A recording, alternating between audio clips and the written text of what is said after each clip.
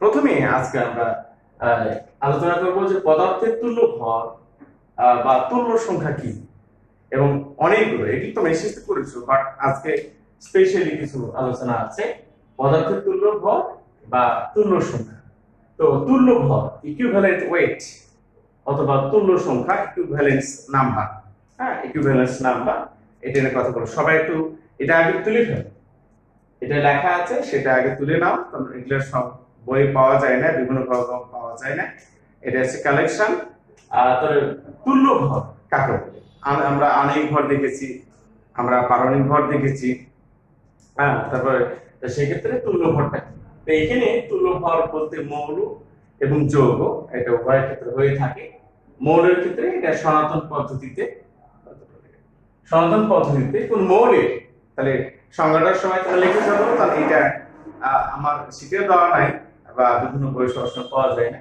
মৌলে যদি বলতে চাই, তাহলে কোন মৌলে যে পরিমাণ ভরের সাথে, আপনার যে পরিমাণ ভর 1 গ্রাম হাইড্রোজেন বা দেখা যাচ্ছে 8 গ্রাম অক্সিজেন বা 35.5 গ্রাম ক্লোরিন বা তার সমতুল্য ভরের সাথে বিক্রিয়া করে, অথবা কোন যৌগ থেকে ওই পরিমাণ দেখা যাচ্ছে ভর পরিমাণকে প্রতিস্থাপন করে, তাকে ওই মৌলটির তুল্য ভর। আবার বলছি, কোন মৌলে যে পরিমাণ ভর, কোন মৌলে যে পরিমাণ ভর 1 গ্রাম হাইড্রোজেনের সাথে বা 8 গ্রাম অক্সিজেনের সাথে বা 35.5 গ্রাম ক্লোরিনের সাথে বিক্রিয়া করে, অথবা কোন যৌগ থেকে ওই মৌলকে তার পূর্বোক্ত পরিমাণে, অর্থাৎ হাইড্রোজেনের জন্য 1 গ্রাম, অক্সিজেনের জন্য 8 গ্রাম, ক্লোরিনের জন্য 35.5 গ্রাম প্রতিস্থাপন করে, মৌলটির সেই ভর প্রকাশক সংখ্যাকে তুল্য ভর বলে। হ্যাঁ, তুল্য ভর বলে। এখানে তাহলে এটা পরিষ্কার লিখে নেব, সবাই লিখে নেব। এবার লক্ষ্য করো, এটা আমি তুলে নিয়েছি। যেমন ক্যালসিয়াম যোগ অক্সিজেন, ক্যালসিয়াম অক্সাইড। সবাই লক্ষ্য করো, সবাই দিকে তাকাও। ক্যালসিয়াম যোগ অক্সিজেন, ক্যালসিয়াম অক্সাইড। তাহলে এখানে ক্যালসিয়াম ভর কত? 40 গ্রাম। এখানে অক্সিজেন ভর কত? 2 দিয়ে কেটে গেল, অক্সিজেন পারমাণবিক ভর 16 গ্রাম। তা আমরা অক্সিজেনের ইউজ করতে পারবো 8 গ্রাম। তাহলে আমরা দেখতে পাচ্ছি যে 16 গ্রাম অক্সিজেন বিক্রিয়া করে 40 গ্রাম ক্যালসিয়ামের সাথে। সবাই লক্ষ্য করো, 16 গ্রাম এই বিক্রিয়ার মধ্যে 16 গ্রাম অক্সিজেন বিক্রিয়া করে 40 গ্রাম ক্যালসিয়ামের সাথে। কিন্তু আমরা তো 16 গ্রাম পাবো না, অক্সিজেন জন্য বলবো 8 গ্রাম। তাহলে 8 গ্রাম অক্সিজেন বিক্রিয়া করাতে কতটুকু ক্যালসিয়াম লাগবে? তাহলে 16 গ্রামের জন্য যদি 40 গ্রাম হয়, তাহলে 8 গ্রামের জন্য 8 গ্রাম অক্সিজেন জন্য ক্যালসিয়াম হবে 20 গ্রাম। সো এই 20 গ্রাম হচ্ছে ক্যালসিয়ামের তুল্য ভর। আমরা সোজা নিয়ে আরো বের করবো, আমরা যা শর্তটা শিখে নিচ্ছি, তো লিটারের চাকা আছে সেটা শর্টকাট পদ্ধতি আছে, আমি বললাম। ওকে, এবার সোডিয়াম যোগ ক্লোরিন, সোডিয়াম ক্লোরাইড। এখানে দেখতে পাচ্ছি 2 দিয়ে কেটে গেল, ক্লোরিন 35.5, সোডিয়াম পারমাণবিক ভর কত? 23। তাহলে এই ক্লোরিন বিক্রিয়াতে অংশগ্রহণ করছে 35.5, আমরা ক্লোরিনের জন্য ব্যবহার করতে পারবো 35.5। সো এই ক্ষেত্রে যেহেতু 35.5 গ্রাম ক্লোরিন আছে, কাজে সোডিয়ামের জন্য 23 হবে তার পারমাণবিক, মানে 23 হবে তার তুল্য ভর। অ্যালুমিনিয়ামের কথা বলো, সবাই এদিকে তাকাও। অ্যালুমিনিয়ামের কথা বলো। অ্যালুমিনিয়ামের সমতার জন্য এটা 3/2 Cl3, অর্থাৎ 2 দিয়ে কেটে গেল, আর এখানে কত হচ্ছে? 3টা ক্লোরিন, এই যে MCl3, এটা এক মোল যৌগের জন্য ধরতে হবে। তাহলে আমরা দেখতে পাচ্ছি অ্যালুমিনিয়াম এর পারমাণবিক ভর কিন্তু 27। সবাই লক্ষ্য করো, এইখানে দেখতে পাচ্ছি 2 দিয়ে কেটে গেল, তাহলে 3, এখানে 3 থাকবে, 3 গুণিত এখানে ক্লোরিনের জন্য কত হবে? 35.5। তো ক্লোরিনের জন্য আমরা ইউজ করতে পারবো 35.5। তাহলে 3 গুণিত 35.5 গ্রাম ক্লোরিনের সাথে বিক্রিয়া করে 27 গ্রাম অ্যালুমিনিয়াম। 27 গ্রাম অ্যালুমিনিয়াম, তাহলে 3 গুণিত এতে, তাহলে 35.5 গ্রাম ক্লোরিনের জন্য কতটুকু অ্যালুমিনিয়াম বিক্রিয়া করবে? 9 গ্রাম বিক্রিয়া করবে। তাহলে এখানে এই 27 কে 3 দ্বারা ভাগ করে দিলে কত? 9 গ্রাম। আবার বলি, 3 গুণিত 35 গ্রাম ক্লোরিনের সাথে বিক্রিয়া করছে 27 গ্রাম অ্যালুমিনিয়াম, বাট আমরা ক্লোরিনের জন্য নিতে পারবো 35.5। তাহলে 35.5 গ্রামের জন্য কত বিক্রিয়া করবে? তাহলে 27 কে 3 দিয়ে ভাগ করে 9 গ্রাম। তো এই 9 হচ্ছে অ্যালুমিনিয়ামের তুল্য ভর। এবার দেখো এক্সাম্পল, সবাই লিখে এক্সাম্পল, নিচে এক্সাম্পল লিখো। যেমন সোডিয়াম কার্বনেট এর তুল্য ভর আমরা সনাতনে বের করছি। কেউ যদি সনাতনে তোমার কাছে বুঝিয়ে নিতে চায়, এই ডকুমেন্টগুলো রেখে দিবা, হ্যাঁ, এবং সুন্দর করে আমরা কিন্তু দেখবো। আমি নোট তৈরি করতে হবে, লেকচার শিট তৈরি করতে হবে, আগামী দিন আমি ফেসবুকে আপলোড দেবো তোমাদের। ওকে, তাহলে এখান থেকে সোডিয়াম কার্বনেটের তুল্য ভর। সোডিয়াম কার্বনেটের আণবিক ভর কত? 106। এখানে কার্বনেটকে ধরা যাবে না, কারণ কার্বন হচ্ছে একটা যৌগ মূল। এখন তাহলে কোন যৌগের মধ্যে, কোন মৌলে, কোন যৌগের মধ্যে 1 গ্রাম হাইড্রোজেন, 8 গ্রাম অক্সিজেন, 5 গ্রাম ক্লোরিন। এখানে কিন্তু হাইড্রোজেন নাই, এখানে কিন্তু অক্সিজেন নাই। অক্সিজেন আছে কিন্তু কার্বনেট হিসেবে, কার্বনেটটা ধরা যাবে না। তাহলে অক্সিজেন পাবে, ক্লোরিন নিতে পারো 5 এখানে ক্লোরিন নাই। তাহলে হাইড্রোজেন, অক্সিজেন, ক্লোরিন তিনটাই কাজে লাগবে না। তাহলে আর কি বলেছিলাম? অথবা কোন মৌলের তুল্য ভর পরিমাণ। তাহলে এখান থেকে সোডিয়াম কার্বনেট ভর কত? 106। এখানে অক্সিজেনও চলবে না, হাইড্রোজেনও চলবে না, ক্লোরিন চলবে না। তাহলে অন্য একটা মৌল কি? সোডিয়াম আছে। সোডিয়াম কয়টা আছে? দুটো আছে। সোডিয়াম তুল্য ভর কত? তাহলে কোন যৌগের মধ্যে কোন মৌলের তুল্য ভর পরিমাণ যদি থাকে, সোডিয়াম দেখতে পাচ্ছি দুটো আছে, 2 গুণ এখানে 23। তাহলে আমরা সোডিয়ামের তুল্য কত ইউজ করতে পারবো? 23। তাহলে 2 গুণ 23 এখানে গ্রাম সোডিয়ামের মধ্যে 106 দেখতে পাচ্ছি। তাহলে 23 গ্রামের মধ্যে কত আছে? 53। সুতরাং এই জন্য এই 53 হবে সোডিয়াম কার্বনেটের তুল্য ভর। এখানে আসে ক্যালসিয়াম কার্বনেট। তাহলে এখানে 1 গ্রাম হাইড্রোজেন, 8 গ্রাম অক্সিজেন আছে, বাট কার্বনেট হিসেবে, যৌগ মূলক হিসেবে নেওয়া যাবে না। অক্সিজেন পাবে, এখানে কোনো ক্লোরিন নাই। তাহলে হাইড্রোজেন, অক্সিজেন, ক্লোরিনের সাথে তুলনা করতে পারছি না। তাহলে কি যৌগের যে পরিমাণ ভরের মধ্যে ওই যৌগের কোন মৌলের তুল্য ভর পরিমাণ। এখানে দেখতে পাচ্ছি ক্যালসিয়াম আছে, তাহলে ক্যালসিয়ামের ভর কত? 40। তাহলে দেখতে পাচ্ছি যে 40 গ্রাম এই যৌগে 40 গ্রাম ক্যালসিয়ামের জন্য এই ক্যালসিয়ামের মোল ভর 100। কিন্তু ক্যালসিয়ামের তুল্য ভর কত? 20। তাহলে 20 এর জন্য কত হবে? এখানে কত আছে? 50। তো এর জন্য ক্যালসিয়াম কার্বনেটে এখানে তুল্য ভর কত? 50। সালফিক অ্যাসিডের কথা বলবো। সালফিক অ্যাসিডের ক্ষেত্রে দেখতে পাচ্ছি দুটো হাইড্রোজেন আছে। তাহলে আমরা দেখতে পাচ্ছি 2 গুণিত 1 গ্রাম হাইড্রোজেন, কিন্তু আমরা ব্যবহার করতে পারবো কত? 1 গ্রাম। তাহলে এখানে দেখতে পাচ্ছি 2 গ্রাম হাইড্রোজেন আছে, 2 গ্রাম হাইড্রোজেনের জন্য 98। তাহলে 1 গ্রামের জন্য কত হবে? 49। 49 হবে সালফিক অ্যাসিডের তুল্য ভর। সালফিক অ্যাসিডের তুল্য ভর আর সালফিক অ্যাসিডের তুল্য ভর বোঝা গেল। এই বিষয়গুলো এখান থেকে আছে। তো এটা সনাতন পদ্ধতি। আমরা শর্টকাট পদ্ধতি থেকে চলে যাব। খাতা কলম নিয়ে সবাই লিখবা।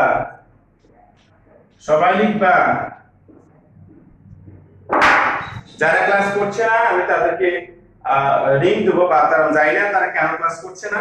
এবার আমরা চলে যাব যে তুল্য ভরের ক্ষেত্রে শর্টকাট কি হবে।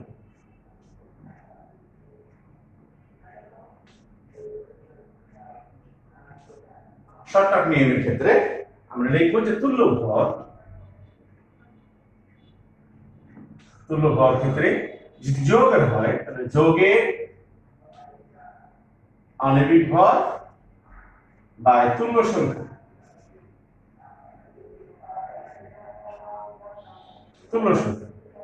অথবা এটা হতে পারে যে মৌলের তুল্য ভরকে আমরা যদি লিখি ইকুইভ্যালেন্ট ওয়েট বা তুল্য ভর সমান মৌলের পারমাণবিক ভর বাই তুল্য সংখ্যা। এটা সবাই লিখো। এটা হচ্ছে মৌলের ক্ষেত্রে তুল্য ভর আর যৌগের ক্ষেত্রে তুল্য ভর। আমরা কিন্তু যৌগের আণবিক ভর জানি, তুল্য সংখ্যা কিভাবে বের করবো এটা আমাদের দরকার। এটা বের করতে পারলে তুল্য ভর পেয়ে যাবে। মৌলের পারমাণবিক ভর আমরা জানি, তুল্য সংখ্যা বের করবো। তাহলে তুল্য সংখ্যা বের করতে পারলে যে কোনো মৌল বা যৌগে আমরা কিন্তু তুল্য ভর বের করতে পারবো। সবার তোলা হয়েছে? তুলে নাও।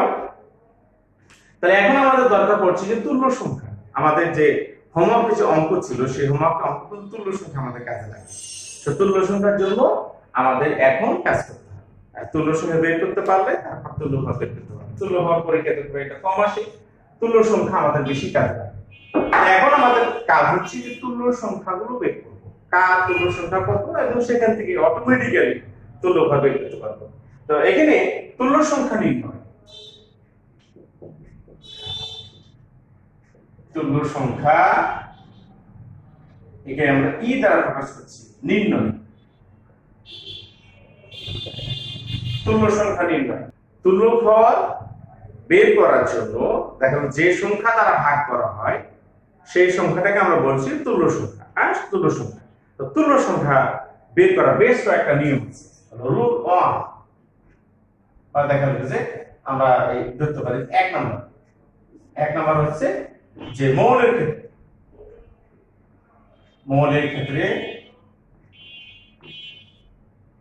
ক্ষেত্রে তা আমরা প্রথমে ধাতুর ক্ষেত্রে লিখবো।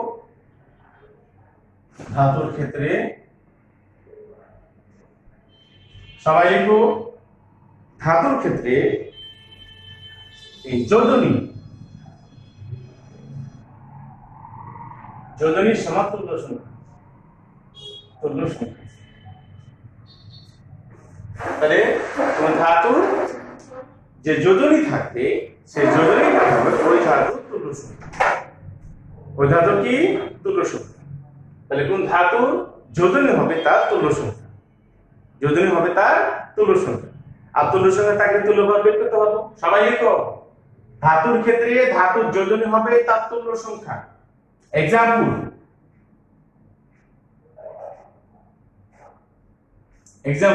যেমন এখানে সোডিয়াম, এই যোজনী কত 1, তাহলে এখানে ই তুল্য সংখ্যা কত হবে 1, অতএব তুল্য ভর ই ডাব্লিউ আমরা হচ্ছে সমান কত 23/1 সমান কত 23। সবাই লিখবো, তাহলে আমরা তুল্য সংখ্যাদের আমরা সহজে বের করতে পারি। নেক্সট, ক্যালসিয়াম, এই যোজনী কত, যোজনী হচ্ছে 2,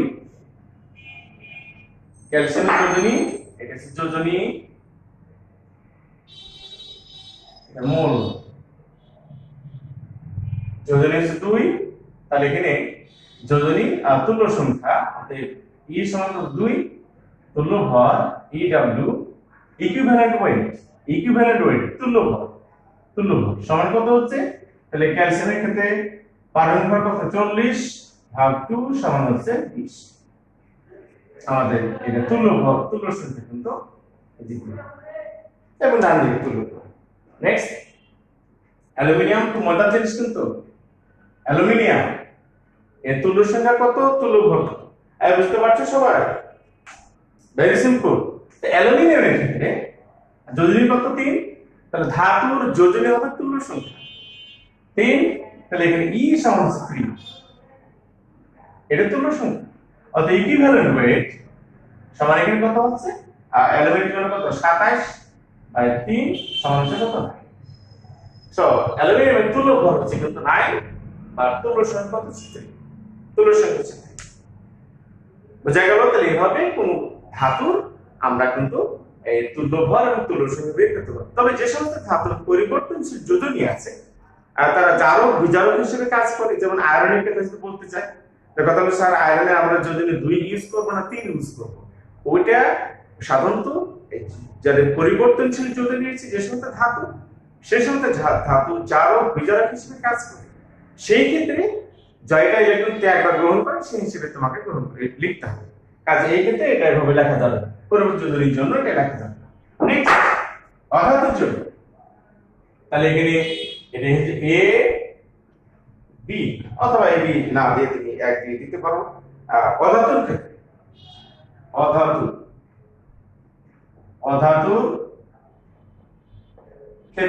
অধাতুর ক্ষেত্রে এখানে তুল্য সংখ্যা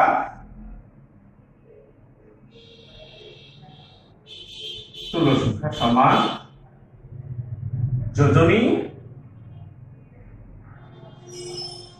যোজনী গুণিত পরমাণু সংখ্যা।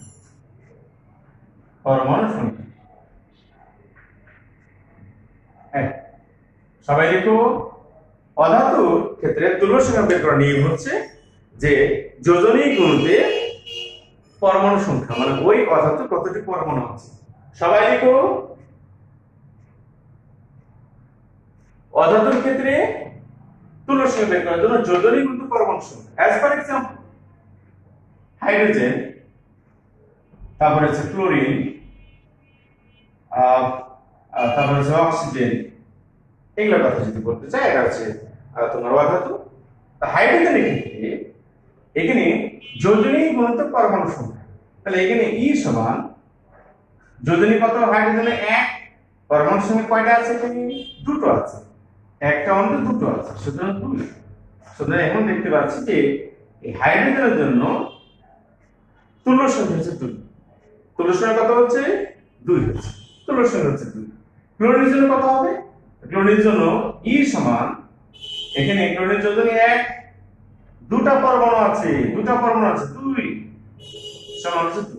সো ক্লোরিনের তুল্য সংখ্যা কিন্তু 2। তাহলে এখানে তুল্য ভর কত, ইকুইভ্যালেন্ট ওয়েট সমান হাইড্রোজেন এখানে ভর কত হচ্ছে, অর্থাৎ 2.016/2, বা আমরা 1 ধরতে পারি।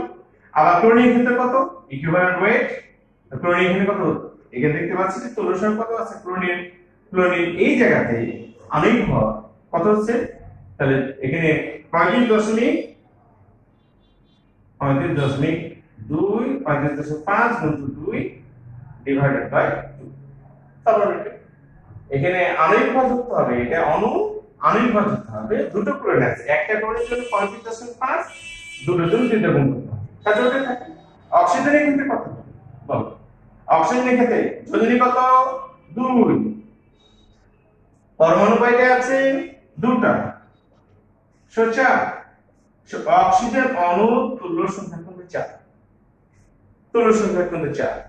তাহলে সেক্ষেত্রে অক্সিজেনের ইকুইভ্যালেন্ট ওয়েট কত, তাহলে অক্সিজেন কত, 32 ভাগ 4 সমান 8। এটা আমরা এর আগে দেখেছি। তাহলে এটা ভাগ করতে গেলে 1 আসে, এটা ভাগ করতে গেলে 35.5, এটা ইকুয়াল।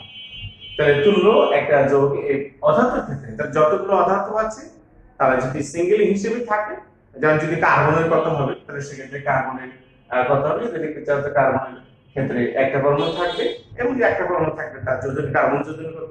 এখানে আবার ঝামেলা আছে যে কার্বন যোজনী 2 এবং 4, 2 এবং 4 ব্যাপার আছে, যৌগ ভেদে সেটা তোমাকে বের করতে হবে। তাহলে অধাতুর ক্ষেত্রে আমরা এইভাবে এগুলো লিখতে পারি। তবে যাদের পরিবর্তন যোজনী আছে, কার্বন আছে, নাইট্রোজেন আছে, ফসফর আছে, তাদের ক্ষেত্রে তুমি ক্লিয়ারলি এটা বলতে পারো না, ওটা নির্ভর করবে যৌগের উপর, কার্বন নির্ভর করবে, যৌগের উপর কিন্তু নির্ভর করবে। এই কথাটা যেন মনে থাকে। সো ধাতুর ক্ষেত্রে তুল্য সংখ্যা, তুল্য ভর, অধাতুর ক্ষেত্রে তুল্য সংখ্যা, তুল্য ভর আমরা দেখলাম। তোলা হয়েছে সবাই তুলে নাও। আমি কিন্তু তোমাদের পাকা খাতাতে ফ্রেশ করে, আমি যেভাবে লিখলাম সেভাবে ফ্রেশ করে বের করতে হবে। সেই লেখাটা আমি মেশিন দ্বারা কিন্তু দেখবো, একটু বিজি আছি ডেটাবেস তৈরির কাজের জন্য। ওকে, এবার আমরা দেখবো এসিডের তুল্য সংখ্যা। এসিডের ক্ষেত্রে আমরা লিখবো যে এসিডের 3 নাম্বার নিয়ম, পদার্থের ক্ষেত্রে এটা 2 নাম্বার ছিল, পদার্থের ক্ষেত্রে 2 নাম্বার, 3 নাম্বার হচ্ছে এসিডের তুল্য সংখ্যা। এসিডের তুল্য সংখ্যা আমরা কিভাবে বের করব? তাহলে এসিড কাকে বলে, এটা অনেকগুলো সংজ্ঞা আছে, সেটা নিয়ে আমাদের আলোচনা করব। সবাই একটু লেখো, ডান দিকে একটু লেখো যে এসিডের তুল্য সংখ্যা, এটা ই সমান হবে এসিডের ক্ষারক। এসিডের কি ক্ষারক, এটা আবার কি জিনিস, অর্থাৎ প্রতিস্থাপন যোগ্য সমান আমরা লিখতে পারি প্রতিস্থাপন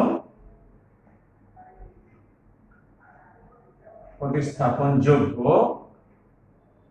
হাইড্রোজেন সংখ্যা। যদি সংক্ষেপে লিখতে চাই এটা। তাহলে এসিডের তুল্য সংখ্যা বের করার নিয়ম হচ্ছে, সবাই নিচে একটু লেখো, স্ট্রাকচার দ্বারা লিখো, সবাই লিখো যে এসিডে যতটি প্রতিস্থাপন যোগ্য হাইড্রোজেন থাকবে যে এসিডে যতটি প্রতিস্থাপনযোগ্য হাইড্রোজেন থাকবে সেই এসিডের তুল্য সংখ্যা তত। যে এসিডে যতটি প্রতিস্থাপনযোগ্য হাইড্রোজেন থাকে সেই এসিডের ক্ষারকত্ব বা তুল্য সংখ্যা তত। যেটাই ক্ষারকত্ব সেটাই তুল্য সংখ্যা। যে এসিডে যতটি প্রতিস্থাপনযোগ্য হাইড্রোজেন থাকে সেই এসিডের তুল্য সংখ্যা তত অথবা ক্ষারকত্ব তত। এসিডের জন্য হবে ক্ষারকত্ব, ক্ষারকের জন্য হবে অম্লত্ব। ক্ষারকের জন্য কি হবে? অম্লত্ব। এসিডের জন্য ক্ষারকত্ব, ক্ষারকের জন্য অম্লত্ব। লেখা হয়েছে। তাহলে যে এসিডে যাটা প্রতিস্থাপনযোগ্য হাইড্রোজেন থাকবে সেই এসিডের ক্ষারকত্ব তত। হ্যাঁ, সেই এসিডের ক্ষারকত্ব তত। সেই এসিডের ক্ষারকত্ব তত। ওকে, তাহলে এখন এখানে চলে আসো, আমরা एग्जांपल যদি লিখতে চাই, সবাই লিখো एग्जांपल 1। যেমন এখানে হাইড্রোক্লোরিক অ্যাসিড, নাইট্রিক অ্যাসিড, কিছু অ্যাসিডের ক্ষেত্রে তাদের এটা আছে, তবে মনোকার্বক্সিলিক অ্যাসিড, কার্বক্সিলিক অ্যাসিড,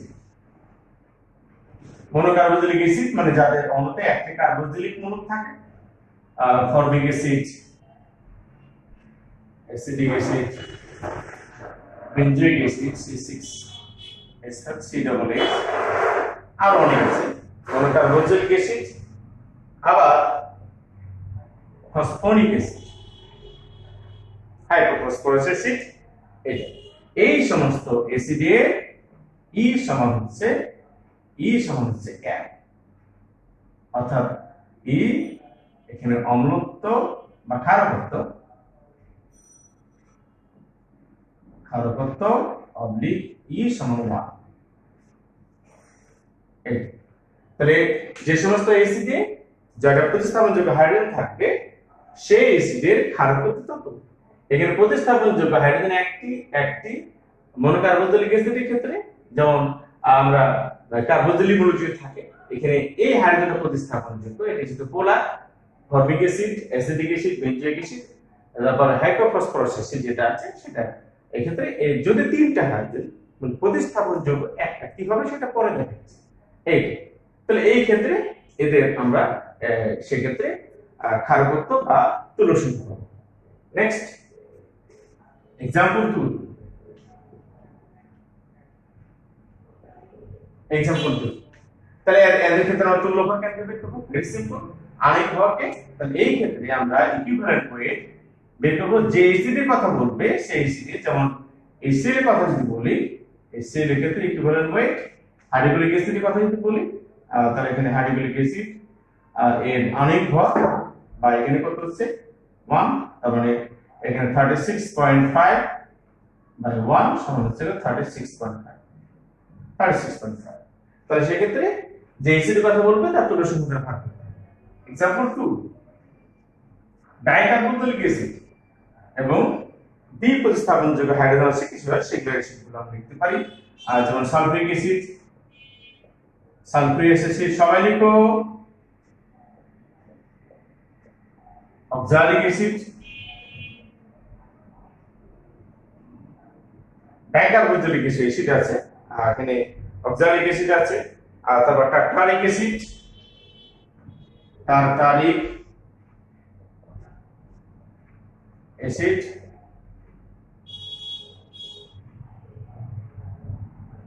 এর ক্ষেত্রে টার্টারিক অ্যাসিডের ক্ষেত্রে আমরা ওই কোথায় পাওয়া যায় টার্টারিক অ্যাসিড বলো তো? টার্টারিক অ্যাসিড কোথায় পাওয়া যায়? লেবুতে পাওয়া যায় টার্টারিক অ্যাসিড। আবার Sp PO3 ETC এটসেট্রা। এই সমস্ত অ্যাসিডের জন্য এদের ক্ষারকত্ব অবলিক তুল্য সংখ্যা এদের সমান কত? 2। এদের ক্ষেত্রে ক্ষারকত্ব বা তুল্য সংখ্যা 2। সবাই লিখো। জয়নি প্লাস মাইনাস আইডি। যাও লেখা বোঝা যায় না, আচ্ছা লেখা বোঝা যায় না, নেটওয়ার্ক তোমার সমস্যা হতে পারে, এখানে নেটওয়ার্ক ঠিক আছে, আবার ক্লিয়ার হয়ে যাবে। তাহলে যে সমস্ত এসিডে দুটি কার্বন বন্ধন থাকে তাদের পুরো ডাইকার্বক্সিলিক অ্যাসিড, যেমন oxalic acid, malonic acid, সাকসেনিক acid, আরো অনেকগুলো আছে, টার্টারিক অ্যাসিড, এটা টার্টারিক অ্যাসিডের সংকেত। এখানে প্রতিস্থাপনযোগ্য হাইড্রোজেন দুটো, যে সি ডবল এই প্রতিস্থাপনযোগ্য হাইড্রোজেন দুটো আছে, এখানে যদি তিনটা আছে তার প্রতিস্থাপনযোগ্য দুটো, এখানে ফসফরাস অ্যাসিডের ক্ষেত্রে প্রতিস্থাপনযোগ্য দুটো। এটা আমরা পরে দেখাচ্ছি। লেখা হয়েছে এইগুলো তুল্য সংখ্যা কিন্তু 2।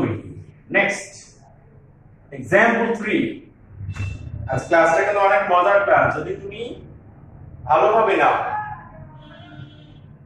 আর এগুলো এমন একটা ক্লাস যে এটা সবসময় পাওয়া যাবে না, আমরা সবসময় পড়াই না। লেকচার শিটটা অবশ্যই লিখে নিবে। এক্সাম্পল 3, ট্রাইকার্বক্সিলিক অ্যাসিড কিছু আছে আর তিনটা প্রতিস্থাপনযোগ্য হাইড্রোজেন আছে, H3PO4 ফসফরিক অ্যাসিড, H3PO4 সাধারণত বোরিক অ্যাসিড, আমাদের বোরিক অ্যাসিড ক্যারাম বোর্ডে যে সাধারণত বোরিক দেওয়া হয় সেটা বোরিক অ্যাসিড। আর্সেনিক অ্যাসিড আছে H3AsO4 আর্সেনিক অ্যাসিড আছে। তাহলে হচ্ছে ট্রাইকার্বক্সিলিক অ্যাসিড, যে সমস্ত কার্বক্সিলিক অ্যাসিডে তিনটি কার্বক্সিল মূলক থাকে সেগুলো হচ্ছে ট্রাইকার্বক্সিলিক অ্যাসিড, যেমন সাইট্রিক অ্যাসিড। সাইট্রিক অ্যাসিডের ক্ষেত্রে একটা CH2 COOH CH R CH2 COOH, so this is citric acid। এই তিনটা প্রতিস্থাপনযোগ্য। তাহলে আমরা দেখতে পাচ্ছি যে এইখানে এইটা আর এই হাইড্রোজেনটা প্রতিস্থাপনযোগ্য, সেজন্য এর তুল্য সংখ্যা কিন্তু 3। তুল্য সংখ্যা 3। তাহলে এই অ্যাসিডগুলোর ক্ষেত্রে এদের ক্ষারকত্ব অবলিক তুল্য সংখ্যা সমান 3। খুবই আসে পরীক্ষা দেওয়ার ব্যক্তিকে অ্যাডমিশন টেস্টে আসে যে এখানে সাইট্রিক অ্যাসিডের ক্ষারকত্ব কত, অ্যাসিডের জন্য হবে ক্ষারকত্ব এবং ক্ষারকের জন্য হবে কি অম্লত্ব, ক্ষারকের জন্য হবে অম্লত্ব। তাহলে এদের সেক্ষেত্রে তুল্য সংখ্যাটা হবে ক্ষারকত্ব, তুল্য সংখ্যা বের করা আর ক্ষারকত্ব বের করা একই কথা। এইটা তাহলে এই যদি বলে ফসফরিক অ্যাসিডের তুল্য ভর কত, তাহলে তুমি কি বের করতে পারবা? ফসফরিক অ্যাসিডের আণবিক ভর ডিভাইডেড বাই তুল্য সংখ্যা। তাহলে ফসফরিক অ্যাসিডের ক্ষেত্রে যদি বলা হয় অতএব ইকুইভ্যালেন্ট ওয়েট সমান ফসফরিক অ্যাসিড H3PO4 বাই কত 3, এত যা হবে তাই সেটা তোমাদের বের করতে হবে। ফসফরিক অ্যাসিডের তুল্য ভর বের করতে হবে। তো এই গেল তোমার অ্যাসিডের তুল্য ভর। এখন কিছু অ্যাসিড রয়েছে, যৌগ রয়েছে, তাদের অম্ল ধর্ম রয়েছে বাট হাইড্রোজেন নাই, সেখানে বলা হয় অম্লীয় অক্সাইড। সবাই লিখো। তাহলে এখানে আমরা লিখবো যে এক্সাম্পল কত লিখলাম এখানে 3, এক্সাম্পল 4 অম্লীয় অক্সাইড। অম্লীয় অক্সাইড কাকে বলে? অক্সাইড কাকে বলে? কোন মৌলের সাথে অক্সিজেন যুক্ত হয়ে যে দ্বিমৌল যৌগ তৈরি করে তাকে বলা হয় অক্সাইড। কোন মৌলের সাথে অক্সিজেন যুক্ত হয়ে যে দ্বিমৌল যৌগ তৈরি করে তাদের অক্সাইড বলে। So oxide is a binary compound. অম্লীয় অক্সাইড সাধারণত অধাতুর অক্সাইডগুলো অম্লধর্মী। এখানে লেখো যে সবাই লিখো সাধারণত অধাতুর অক্সাইড অধাতুর অক্সাইডগুলো অম্লধর্মী, কারণ এরা অম্লের সাথে দেখা যাচ্ছে অধাতুর অক্সাইডগুলো এরা পানির সাথে বিক্রিয়া করে অম্ল তৈরি করে। যে সমস্ত অক্সাইড পানির সাথে বিক্রিয়া করে অম্ল তৈরি করে তাকে আমরা অম্লধর্মী অক্সাইড বলবো। যেমন এখানে তো এদের আমরা কিভাবে বের করতে পারবো?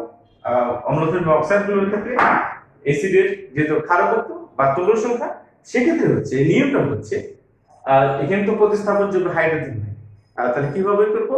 কোন একটা প্রকৃত নিয়ম হচ্ছে যে কোনো অম্লীয় অক্সাইডকে সম্পূর্ণ প্রশমিত করার জন্য যত মোল সোডিয়াম হাইড্রোক্সাইড লাগবে, আবার লিখে নিতে পারো, কোন অম্লীয় অক্সাইডকে প্রশমিত করার জন্য যত মোল সোডিয়াম হাইড্রোক্সাইড লাগবে তার ক্ষারকত্ব তত, যেমন এখানে কার্বন ডাই অক্সাইড যোগ sodium hydroxide, sodium carbonate, sodium carbon, তাহলে এখানে কয় মোল লেগেছে? 2 মোল লেগেছে, 2 মোল লেগেছে। সেজন্য এখানে ই সমান ক্ষারকত্ব অবলিক ই সমান কত? 2। তাহলে এই সোডিয়াম এখানে কার্বন ডাই অক্সাইডে ক্ষারকত্ব হচ্ছে 2, কার্বন ডাই অক্সাইডে ক্ষারকত্ব কত হচ্ছে? 2 হচ্ছে। তাহলে তুল্যভর কত কার্বন ডাই অক্সাইডের ক্ষেত্রে? ইকুইভ্যালেন্ট ওয়েট সমান কার্বন ডাই অক্সাইডের ক্ষেত্রে 44/2 সমান কত? 22। এই বিষয়গুলো তো একটু মনে থাকে। এই কার্বন ডাই অক্সাইডে তুল্যভর কত? 22, তুল্য সংখ্যা কত? এখানে 2, বা কার্বন ডাই অক্সাইডের ক্ষারকত্ব 2। ভেরি ইম্পর্টেন্ট, অ্যাডমিশন টেস্টে পরীক্ষাতে আসে। আবার ফসফরাস হয়তো বা পেন্ট অক্সাইড, অধাতুর অক্সাইড, এরা অম্লধর্মী। সোডিয়াম হাইড্রোক্সাইড তুমি বিক্রিয়া করো, সোডিয়াম হাইড্রোক্সাইড অথবা পটাশিয়াম হাইড্রোক্সাইড তুমি দিতে পারো, এটা সেক্ষেত্রে 6 মোল। সোডিয়াম ফসফেট, যেহেতু এখানে দুটো ফসফরাস আছে, তাহলে আমরা যদি গুণ করলাম 2 দ্বারা গুণ করে দিলে 6, এটা হচ্ছে। তাহলে এখানে ক্ষারকত্ব কত? ক্ষারকত্ব অবলিক ই সমান কত হচ্ছে? 6। ই সমান কত? 6। এটা হচ্ছে 6। এবং এই ক্ষেত্রে তুল্যভর কত হবে? তাহলে ফসফরাস পেন্টঅক্সাইডকে 6 দ্বারা ভাগ করব, 6 দ্বারা ভাগ করব। হ্যাঁ, এই তো হয়েছে। তাহলে এইভাবে তুমি অম্লীয় অক্সাইডের ক্ষেত্রে, যেমন সালফার ট্রাইঅক্সাইডের ক্ষেত্রে লিখতে পারি, সালফার ট্রাইঅক্সাইড যোগ পটাশিয়াম হাইড্রোক্সাইড লিখতে পারো। তাহলে potassium sulphate, potassium sulphate, potassium দুটো আছে, 2 দিলাম। তাহলে এখান থেকে ক্ষারকত্ব কত? অম্ল। তাহলে কার্বন ডাই অক্সাইডের ক্ষারকত্ব হচ্ছে 2 বা তুল্য সংখ্যা 2। ফসফরাস পেন্টঅক্সাইডের সেটাতে ঘিরে নিবা, কিন্তু সুন্দর করে লাল কালিতে ঘিরবা। হ্যাঁ, তাহলে সেক্ষেত্রে এই সালফার ট্রাইঅক্সাইডের ক্ষেত্রে ক্ষারকত্ব বা তুল্য সংখ্যা 2, এভাবে আমরা কিন্তু বের করতে পারি। বোঝা যাচ্ছে কথা? হ্যাঁ, বোঝা যাচ্ছে কিনা? আশা করি বোঝা যাচ্ছে। ভেরি ইম্পর্টেন্ট, এগুলো তোমার লাল কালিতে ঘিরবা, এগুলো সবাই বের করবা। নেক্সট আমরা চলে যাব, তাহলে আমরা एग्जांपल এসিডের ক্ষেত্রে 4টা एग्जांपल দেখলাম। এবার ক্ষারকের ক্ষেত্রে চলে যাব। নেক্সট 4 নম্বর ছোট ক্ষারক। ক্ষারকের ইংরেজি হচ্ছে বেস মানে ক্ষারক। ক্ষারক হতে গেলে এটা হয় অক্সাইড অথবা হাইড্রোক্সাইড।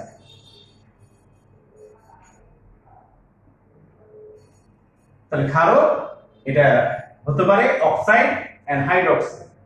ক্ষারক বেসিক কাকে বলে? আমাদের বেসিক কেমিস্ট্রি নোটে এটা সুন্দর করে দেওয়া আছে। তাহলে কোন যৌগের সাথে বা কোন হাইড্রোক্সাইড বা অক্সাইড, এখন অক্সাইড বলতে সাধারণত ধাতু বা অধাতু যেগুলো আছে, আর হাইড্রোক্সাইড যেগুলো আছে, হাইড্রোক্সাইড ক্ষেত্রে পানিতে দ্রবণীয় করতে হবে। যেমন পানিতে দ্রবণীয় ধাতু হাইড্রোক্সাইড গুলোকে ক্ষার বলে, আর ক্ষারগুলো হচ্ছে ক্ষার। আবার অক্সাইড তো আমাদের আছে ধাতু বা অধাতু, আর অক্সাইড যেগুলো আছে সেটা। সো ক্ষারক হতে গেলে সেটা অক্সাইড এবং হাইড্রোক্সাইড দুটোই হতে পারে, অক্সাইড এবং হাইড্রোক্সাইড দুটোই হতে পারে। ওকে, এবার আমরা আসি। তাহলে এখানে প্রথমে হাইড্রোক্সাইডের ক্ষেত্রে, তাহলে एग्जांपल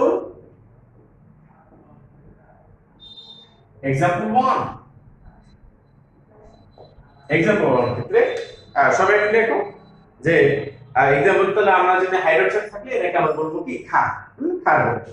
তাহলে সেই ক্ষেত্রে যতটি হাইড্রোক্সাইড থাকবে, সবাই লিখো, কোন ক্ষারে যতটি হাইড্রোক্সাইড থাকবে তত হবে তার তুল্য সংখ্যা, বা ক্ষারকের জন্য অম্লত্ব, ক্ষারকের জন্য অম্লত্ব আর অম্লের জন্য ক্ষারকত্ব। তাহলে এখানে আমরা লিখবো যে কোন ক্ষার যতটি হাইড্রোক্সাইড আয়ন দান করতে পারে তত হবে তার অম্লত্ব, তত হবে তার অম্লত্ব, তত হবে তার অম্লত্ব। এক্সাম্পল যেমন sodium hydroxide, potassium hydroxide, lithium hydroxide, এগুলোর ক্ষেত্রে কয়টা হাইড্রোক্সাইড আছে বলো তো? একটা। এই ক্ষেত্রে এটা অম্লত্ব,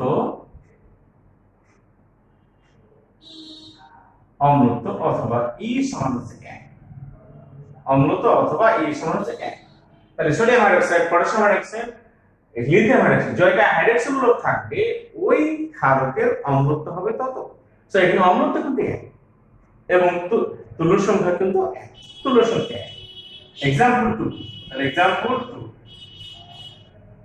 এখানে কি হবে? দুটো নাও, ক্যালসিয়াম হাইড্রোক্সাইড অথবা ম্যাগনেসিয়াম হাইড্রোক্সাইড অথবা বেরিলিয়াম হাইড্রোক্সাইড বা বেরিয়াম হাইড্রোক্সাইড।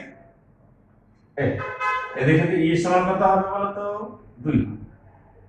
2, দুটো হাইড্রোক্সাইড মূলক আছে। অর্থাৎ যে সমস্ত ক্ষার পানিতে জয়টা হাইড্রোক্সাইড মূলক দান করতে পারবে তার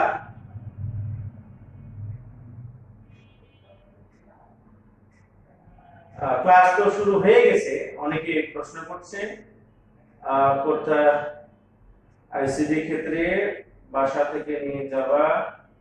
ক্লাস হয়ে গেছে, ক্লাস শুরু হয়েছে, অনেকে আমি জানি না। ওকে, তাহলে সেক্ষেত্রে ই সমান হচ্ছে, আমরা দেখতে পাচ্ছি যে ই সমান 2। নেক্সট এক্সাম্পল 03 ক্ষেত্রে এখানে অ্যালুমিনিয়াম হাইড্রোক্সাইড, তারপর ক্রোমিয়াম হাইড্রোক্সাইড, ফেরিক হাইড্রোক্সাইড, এদের ক্ষারক অম্লত্ব কত? তাহলে অম্লত্ব অধিক ই সমান 3, ই সমান 3। সবাই লিখো।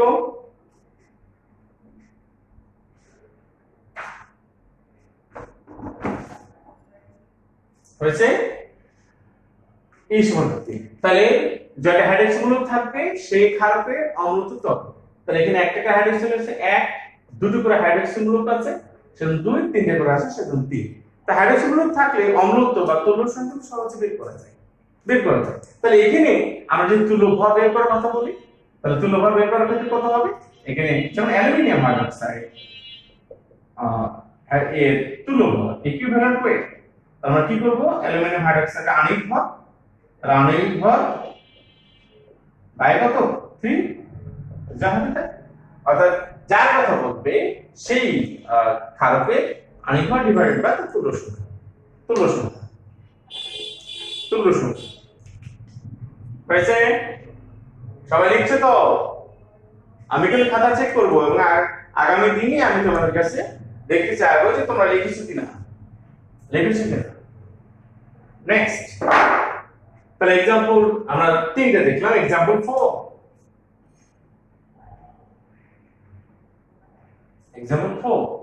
4 এর ক্ষেত্রে যেটা হবে যে সেক্ষেত্রে एग्जांपल 4 এর ক্ষেত্রে আমরা জানি যে ওই অধাতুর অক্সাইডগুলো অনুধর্মী, কিন্তু আমরা যদি ক্ষারধর্মী আছে আমরা দেখব যে ক্ষারীয় অক্সাইড।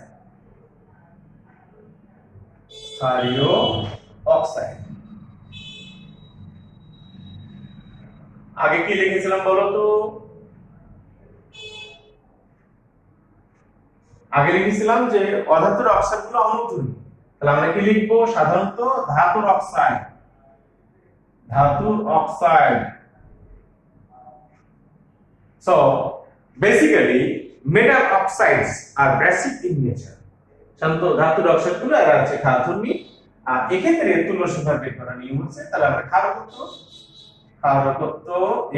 অম্লত্ব অম্লত্ব অবলিক তুল্য সংখ্যা এটা সমান কিভাবে করব, যে এখানে ধনাত্মক আয়ন বা ধাতু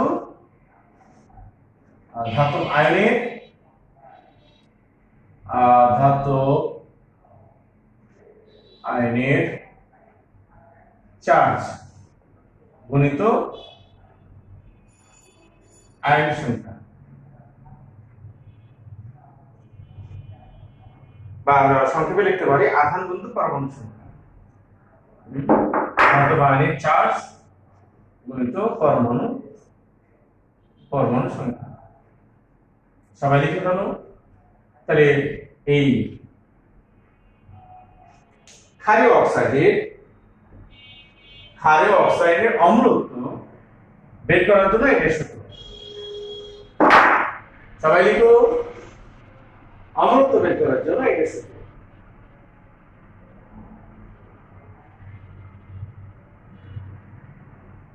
হয়েছে? অতএব যেমন এখানে ধরে নাও, যেমন ক্যালসিয়াম অক্সাইড, একে ভাঙলে কি হবে? Calcium 2 plus oxygen 2 minus. তাহলে এই ক্ষেত্রে অম্লত্ব অবলিক তুল্য সংখ্যা সমান কত? তাহলে এখানে আধান কত আছে? 2 গুণিত পরমাণু কয়টা আছে? একটা, সমান হচ্ছে 2। সো ক্যালসিয়াম অক্সাইডের অম্লত্ব বা তুল্য সংখ্যা কত? 2। তুল্য সংখ্যা কত হচ্ছে? 2। তুল্য সংখ্যা 2। আবার অ্যালুমিনিয়াম অক্সাইড এর যদি বলি, তাহলে এখানে অ্যালুমিনিয়ামকে ভেঙে নাও, যোগ অক্সিজেন 2 মাইনাস। তাহলে আমরা একটু ধাতব আয়নের চার্জ 3। তাহলে এখানে E সমান হচ্ছে 3 গুণিত কয়টা পরমাণু আছে? 2টো। এখানে যদি আমরা দিই 2টো পরমাণু আছে, আর এখানে আছে 3টা, তো সেক্ষেত্রে 2 সমান কত? 6।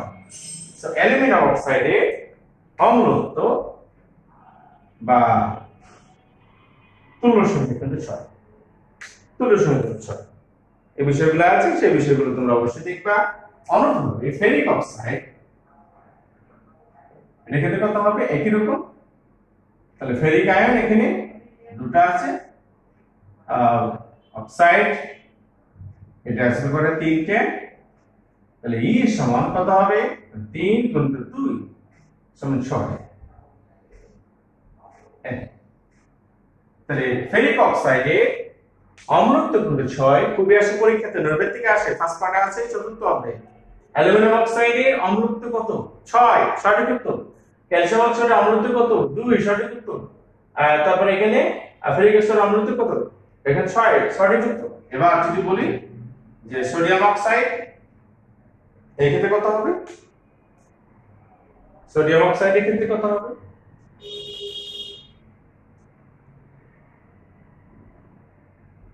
কত হবে? তাহলে এখানে একই রকম, সোডিয়াম এখানে প্লাস হয়, তাহলে সোডিয়াম অক্সাইড এই ক্ষেত্রে অম্লত্ব, তাহলে সোডিয়ামের জন্য কত? সোডিয়ামের ক্ষেত্রে 1, যেহেতু দুটো আছে সেজন্য 2। এই ক্ষেত্রে সোডিয়াম অক্সাইডের অম্লত্ব কত? যে বিষয়গুলো আছে সেই বিষয়গুলো অবশ্যই তোমরা দেখবা। ভেরি গুড, অনেকে যে কমেন্ট লিখছে, থ্যাংক ইউ ভেরি মাচ। তাহলে এই ক্ষেত্রে আমরা এগুলো নৈর্ব্যক্তিক খুব আসে, যে এর অম্লত্ব কত, যেটাই তুল্য সংখ্যা সেটাই হচ্ছে অম্লত্ব ক্ষারকের জন্য। আর অ্যাসিডের জন্য হবে যেটাই তুল্য সংখ্যা সেটা হবে তার ক্ষারকত্ব। অ্যাসিডের জন্য ক্ষারকত্ব, ক্ষারকের জন্য হবে কি? অম্লত্ব। সো তোমরা আগামী দিন এই যে সুন্দরকে ফ্রেশ করে নিয়ম অনুযায়ী এভাবে তোমাকে ফ্রেশ করে লিখতে হবে, ভালো করে লাল কালি দিয়ে লিখে দিতে হবে। আগামী দিন আমি তোমাদের এই পিকচারগুলো নিব মেসেঞ্জারে, বলবো যে সবাই মেসেঞ্জারে তোমার পিকচারগুলো সেক্ষেত্রে দিয়ে দাও। তোমরা লেকচার শিটটা তৈরি করছি না। নেক্সট আমরা চলে যাব যে লবণের তুল্যফল। নেক্সট 5 নাম্বার, লবণের তুল্যফল। তাহলে আমরা কি দেখেছি? মোলের তুল্যফল বেশি, মোলের মধ্যে ধাতু এবং অধাতু দেখেছি। যৌগের তুল্যফল দেখেছি, অ্যাসিডের তুল্যফল দেখেছি, ক্ষারকের তুল্যফল দেখেছি। এখন দেখবো লবণের তুল্যফল। লবণের তুল্যফল এটা ই সমান হচ্ছে ভেরি সিম্পল, যে লবণে যে লবণ বলবে লবণে আণবিক ভর, সবাই লিখো, বাই এখানে আমরা লিখবো যে ধনাত্মক আয়নের সংখ্যা গুণ ওই আয়নের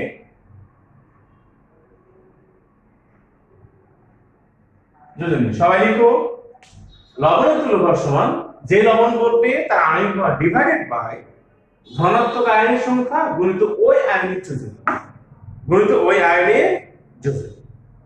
যেমন একটা এক্সাম্পল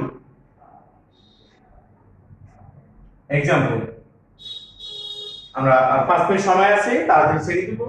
এক্সাম্পল যেমন সোডিয়াম ক্লোরাইড এর তুল্য ভর, তাহলে সোডিয়ামের আণবিক ভর কত? আণবিক ভর কত হবে সোডিয়ামের?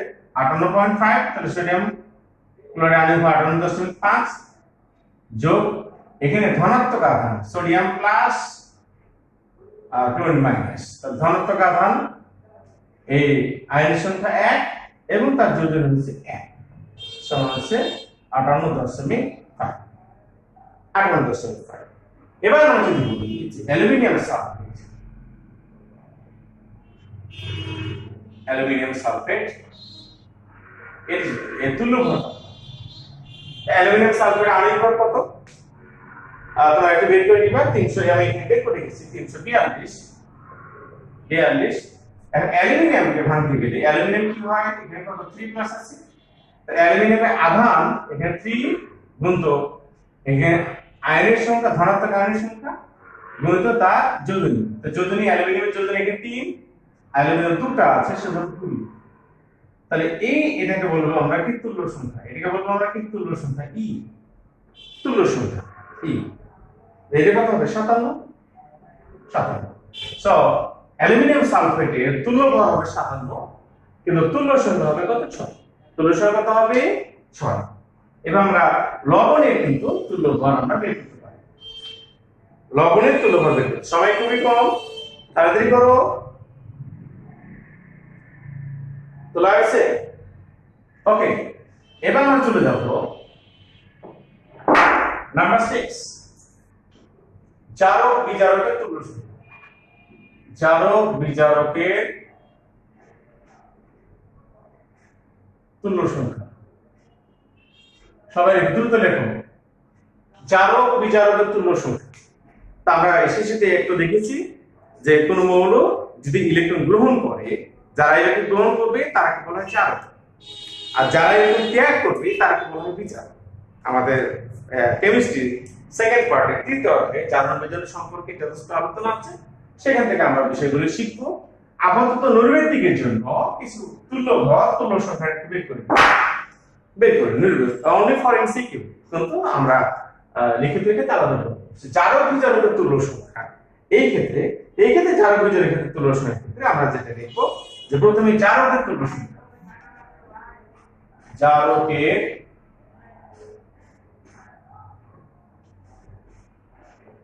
তুল্য সংখ্যা ই সমান, জারকের তুল্য সংখ্যা ই, এর সমান কত হবে? যে জারণ সংখ্যা পরিবর্তন, সবাই লিখো জারণ সংখ্যা পরিবর্তন, জারণ সংখ্যা পরিবর্তন গুণিত পরমাণু সংখ্যা, পরমাণু সংখ্যা।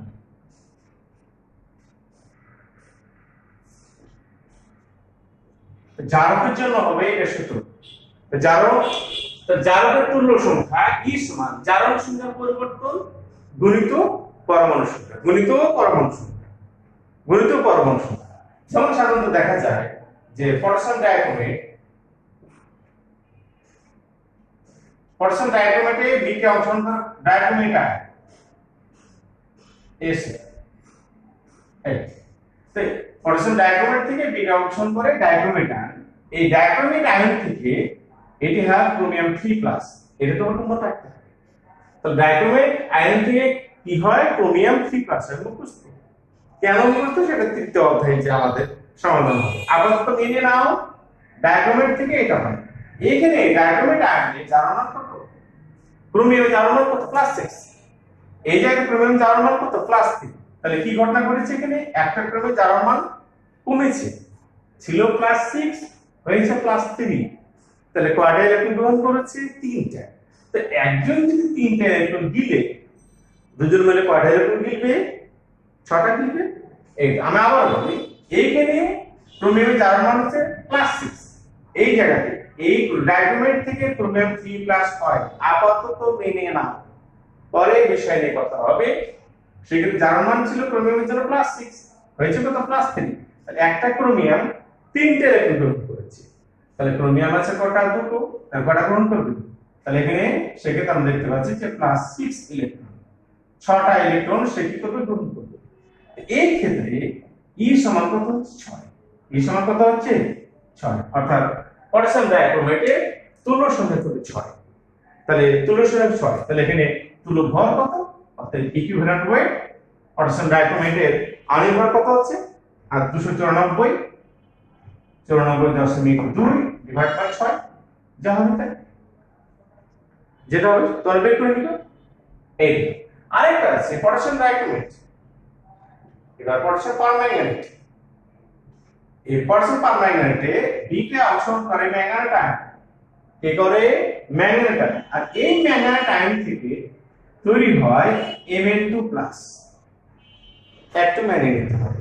তাহলে পটাশিয়াম পারম্যাঙ্গানেট ক্ষেত্রে বি কে অংশগ্রহণ করে ম্যাঙ্গানেট আয়ন, এখান থেকে তৈরি হয় ম্যাঙ্গানেস আয়ন।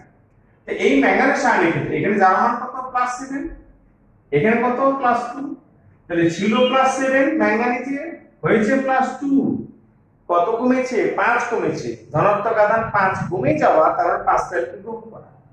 সো এখানে পটাশিয়াম পারম্যাঙ্গানেট কয়টা ইলেকট্রন দিয়েছে, 5টা ইলেকট্রন দিয়েছে, 5টা ইলেকট্রন। তাহলে 5টা ইলেকট্রন সে কি করেছে, গ্রহণ করেছে পটাশিয়াম পারম্যাঙ্গানেট। সো ই সমান কত, এখানে কত 5, অতএব EW ইকুইভ্যালেন্ট ওয়েট সমান ওই যে আণবিক ভর যেটা আছে সেটা তোমরা বের করবে, 151.85, 151.85 152 বাই 5। তাহলে পটাশিয়াম পারম্যাঙ্গানেটের ক্ষেত্রে এটা হবে তুল্য ভর, হিসাব করে যা হবে তাই বের করবে। আর এইটা হবে তার তুল্য ভর, তুল্য সংখ্যা 6, তুল্য সংখ্যা 6। এই বিষয়গুলো আছে সেটা তোমরা অবশ্যই এখানে লিখে করতে পারবে। আবার ফেরিক ক্লোরাইড, এই ক্ষেত্রে এই ফেরিক ক্লোরাইড থেকে এখানে হয় ফেরাস ক্লোরাইড, আর এই ক্ষেত্রে আধান কত +3, এখানে আধান কত +2। ফেরিক ক্লোরাইড থেকে হবে ফেরাস ক্লোরাইড, এটা কত +3, এটা কত +2। তাহলে কত আধান, তাহলে কি বলা আছে, জারণ সংখ্যা পরিবর্তন, জারণ সংখ্যা পরিবর্তন কত হচ্ছে 1, কিন্তু পরমাণু সংখ্যা 1 আছে। এই ক্ষেত্রে ই সমান কিন্তু 1, তুল্য সংখ্যা কত হচ্ছে 1। সুতরাং ফেরিক ক্লোরাইডের ক্ষেত্রে তুল্য সংখ্যা কিন্তু 1, তুল্য সংখ্যা কত হচ্ছে 1, হ্যাঁ 1 হচ্ছে তুল্য সংখ্যা। এই যে বিষয়গুলো আছে সেটা তোমরা এখান থেকে দেখবা, এটা জারণ সংখ্যা পরিবর্তন। আবার এবার শেষ করি তাড়াতাড়ি, বিজারক তুল্য সংখ্যা, সময় মানে চলে গেছে। বিজারক তুল্য সংখ্যা, বিজারকের তুল্য সংখ্যা এটা সমান আগের মতই, জারণ সংখ্যা পরিবর্তন, জারণ সংখ্যা পরিবর্তন গণিত পরমাণু সংখ্যা, হ্যাঁ জারণ সংখ্যা পরিবর্তন গণিত পরমাণু সংখ্যা। সবাই লিখো, জারণ সংখ্যা পরিবর্তন গণিত পরমাণু সংখ্যা।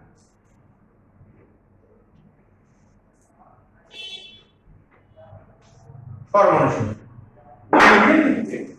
ফেরাস, ওটা আমরা উল্টা করে লিখতে পারি, যখন ফেরাস ক্লোরাইড এখান থেকে বিক্রিত হয় ফেরিক ক্লোরাইড, তাহলে এখানে ফেরাসের আধান কত +2, এটা +3, আয়রন +3।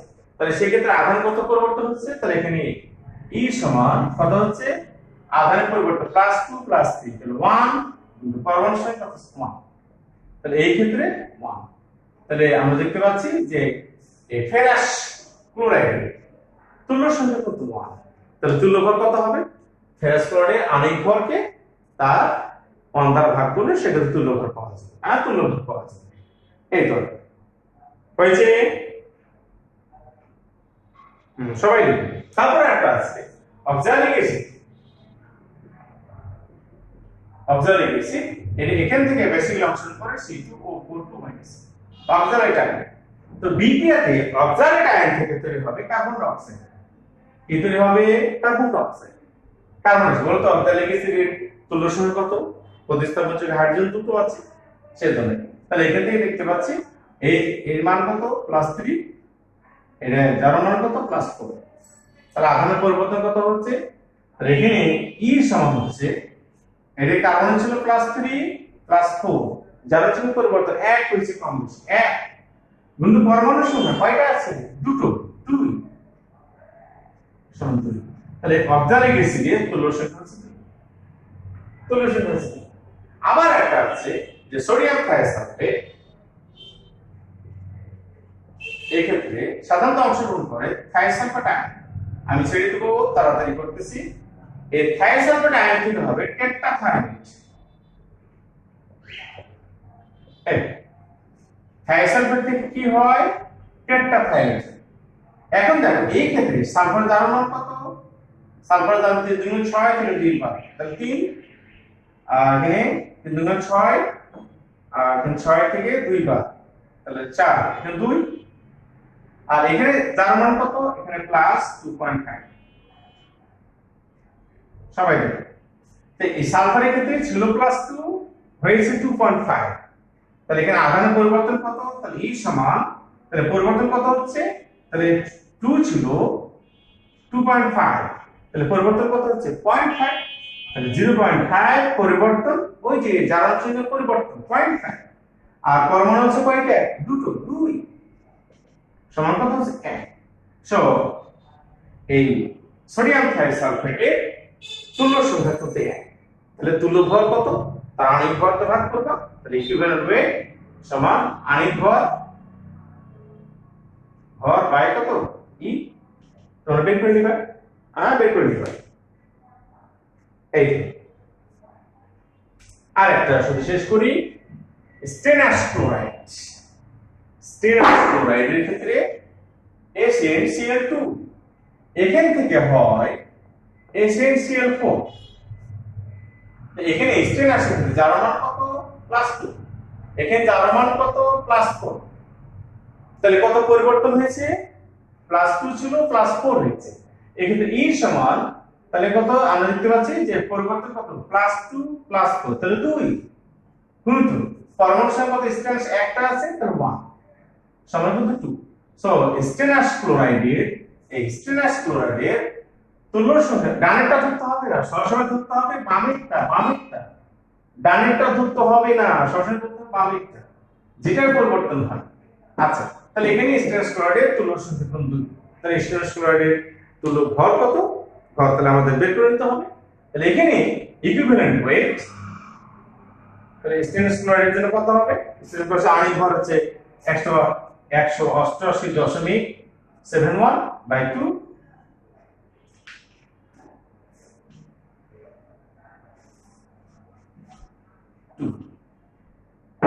তোমার বের করে নেবে যা হবে তাই কত?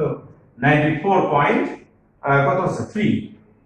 হ্যাঁ, তাহলে এটা হচ্ছে স্টেনাস ক্লোরাইডের এটা তুল্য ভর, ইকুইভ্যালেন্ট ওয়েট। আর তুল্য সংখ্যা হচ্ছে কত? 2। তুল্য সংখ্যা 2 বোঝা গেল? আজকে অনেকগুলো ক্লাস নিলাম তুল্য সংখ্যা সংক্রান্ত। আর তোমরা যারা ক্লাসে অংশগ্রহণ করেছো, অনেকে অংশগ্রহণ করেছো। এখানে ফেরিক ক্লোরাইড কি স্যার সল্ট না? হ্যাঁ, সল্ট অনেক ক্ষেত্রে পড়েছে, সল্ট কিনা অবশ্যই সল্ট। কিন্তু যাদের জারণ সংখ্যা পরিবর্তন হবে, একাধিক জারণ মান থাকবে, তারাকে আমরা জারক বিজারক হিসেবে ধরে নিব, জারক বিজারক হিসেবে ধরে নিব। এই তো আর তাই এই আমি যেভাবে লেকচার লিখলাম, তোমরা খাতাতে ফ্রেশ করে সুন্দর করে লাল কালি দিয়ে যাতে চিহ্ন যায়, সুন্দর করে উত্তর করে লাল কালি দিয়ে তুলোর সঙ্গে লাল কালি দেখিয়ে বা ধীরে ধীরে লিখবা, ইন্ডিকেট করে লিখবা। ফ্রেশ করে একটা লেকচার শিট তৈরি করতে হবে। লেকচার শিট তৈরি করে সেই লেকচার শিটটা আমাদের ফেসবুকে, তোমার ফেসবুক গ্রুপে তোমার ফেসবুকে না, আমাদের গ্রুপে পোস্ট দিতে হবে। পোস্ট দিবা, মেসেঞ্জারে পোস্ট দিতে হবে অথবা ফেসবুক পোস্ট দিবে। খুব সুন্দর করে লিখে পোস্ট দিবা, আমি সেটা অ্যাপ্রুভাল করে আমাদের ফেসবুক আইডি দিয়ে দিব। সকলের জন্য বাধ্যতামূলক। হ্যাঁ, এই লেকচার শিটটা অর্থাৎ তুল্য ভর তুল্য সঙ্গত এইচএসসিতে, অ্যাডমিশন টেস্টে, আজীবন বাচ্চা কাচ্চা ক্ষেত্রে এটা কাজে লাগবে। সুতরাং এটা সুন্দর করে লিখে রাখবা, তুমি হারিয়ে গেলে যেন খাতাটা না হারায়, পরিষ্কার যেন মনে থাকে। আমি রিসেন্টলি কিন্তু আমি একটু চরম পর্যায়ে চলে যাব, তোমাদেরকে যারা ফাঁকি দিচ্ছে তাদেরকে ধরার জন্য আমি যথেষ্ট ব্যবস্থা নেব আর কি। একটু সেকেন্ডারি স্টুডেন্ট গুলো আছে, কলেজের কাজ নেই, যেটা আপনি একটু ব্যস্ত আছি। Thank you very much. তোমরা এখন ক্লাসে থাকলা, তাহলে সুন্দর করে লেকচার শিটটা তৈরি করে নাও। তৈরি করে নিয়ে আগামী দিন তোমাদের লেকচার শিট থাকলো। আর এই যে আমরা তুল্য সংখ্যা বের করলাম, এই তুল্য সংখ্যাতে তারপর দিন আমরা অঙ্ক করবো। সেই পর্যন্ত ভালো থাকো, সুস্থ থাকো, সকলের সুস্বাস্থ্য কামনা করি আজকে আমাদের শেষ করলাম। খুদা হাফেজ।